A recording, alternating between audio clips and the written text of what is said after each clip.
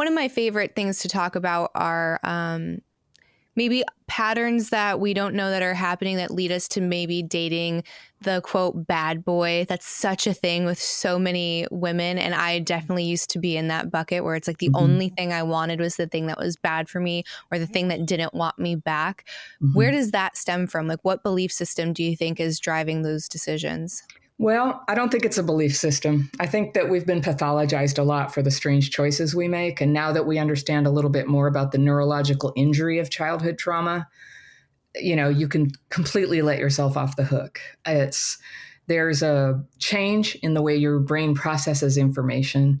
And everybody, nobody really has control over who they feel attracted to. And who we feel attracted to is a weird product of experiences that we've had and then the way our nervous system handles that information. So if you had trauma as a kid and, that the bad boy thing, I would sort of even broaden it to say unavailable, inappropriate, or even abusive people. Like there's this common pattern. Not everybody with trauma has it, but it's a very common pattern to be attracted to those people and to feel like electrified by it. So a lot of times we were told, oh, you're just trying to repeat your childhood. And I used to always question that. It never felt right. But the nervous system will sort of electrify. Attraction is like a chemical reaction to things. It will electrify on certain things. And because we have trauma, anything stressful and meeting somebody, deciding whether you're going to like spend the night with them, that's a stress moment. There's this brain change that happens where your reasoning in your left front cortex stops working very well. Your right front cortex, which is emotion, does work well.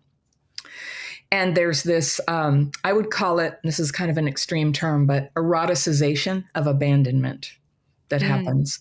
But it's not a conscious choice, just like, people who are into feet or something, they didn't decide to be into it. It's just their nervous system is responding to something. And some of us have an unfortunate pattern for that. There's also a pattern where people will feel very attracted to the person they can't have or obsessed, but like they just don't feel it for somebody who's nice to them and cares about them. That can be healed, but that's a really typical pattern from trauma. And it's not a choice. It's not something you're choosing. So if it's not a choice, how do you get, I know so many young ladies that is the only thing that they're interested in, and they do get very obsessed, and it's the totally unavailable person or the person that's very hot and cold with them. What are the steps to stop chasing after that and make healthier decisions? Well, somebody blowing hot and cold, just for the record, you can do that to a rat and the rat will become obsessed. Really? Yeah, I think that when we were neglected as kids, we maybe got primed. It's called intermittent reinforcement or trauma bonding. Some people think trauma bonding is more like people with trauma bond, but that's not it. What it is the way your attachment mechanism is activated by love blowing hot and then cold, hot, cold. And that's what you get with somebody like an alcoholic parent. That's what you get with somebody who's not into you and is manipulating you. And the more it happens to you, the more your nervous system is kind of primed for it. And so the first thing you have to do when you decide you don't want to have that pattern anymore is you have to stop. And it's very difficult sometimes. It'll feel like quitting smoking or worse, because it doesn't feel true that something else is the answer and is ever going to feel attractive and exciting to you. But basically you would treat it like, well, I used to smoke cigarettes. I smoked 2 packs a day. And when I smoked, I really felt like there's no way that I can feel okay without cigarettes. And anybody who's had to get past an addiction knows, like, yeah, it feels like that at first. And then your brain heals and you can begin to not smoke.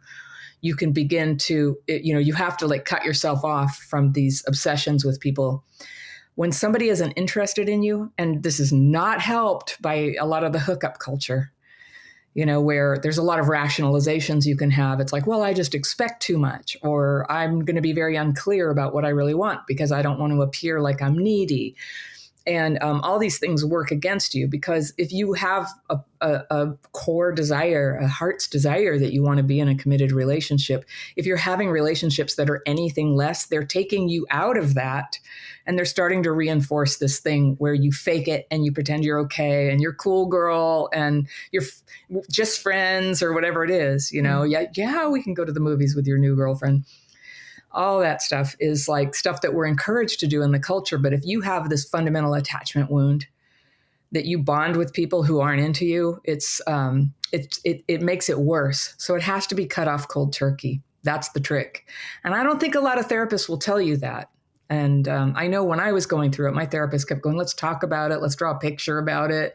Oh, you had a dream. Tell me your dream. And all that stuff was just me ruminating on an addiction.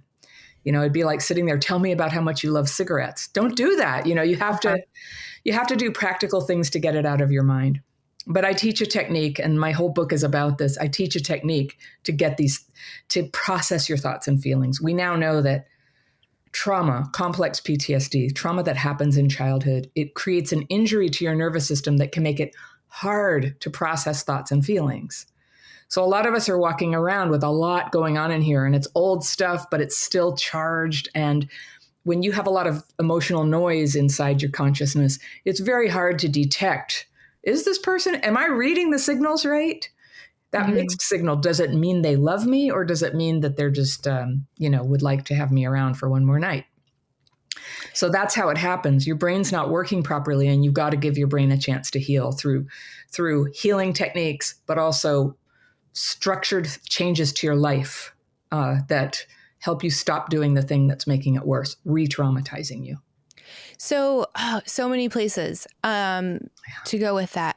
I guess the first one would be, how do you know if you're operating from a dysregulated system, or basically what I'm going to say is an injured or traumatized brain, or if it's something that's more in alignment with who you are? And we can use hookup culture as a really great example. So it's average, like about 3 to 5% of women do have more of what you would call like a masculine sex drive, and they're more okay with casual sex. But that's a very small number. That doesn't represent what we're seeing with a lot of younger people, which is a very big amount of participating in hookup culture. So how would you know if you're part of that 5% that is actually okay with that, or you're part of the other chunk that's maybe doing the people pleasing thing, and I want to be the cool girl and I don't want to run him off, and right, you're participating almost at your own expense. So where do you know if you're dysregulated or if it's authentic?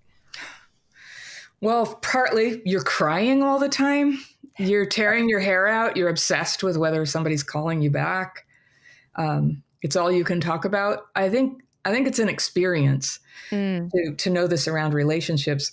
Relationships is one of the key ways that childhood trauma affects you, but there's like a symptom pattern if you have complex PTSD, and it includes an attraction to unavailable, inappropriate, or abusive people, and not just partners, but like bosses, friends.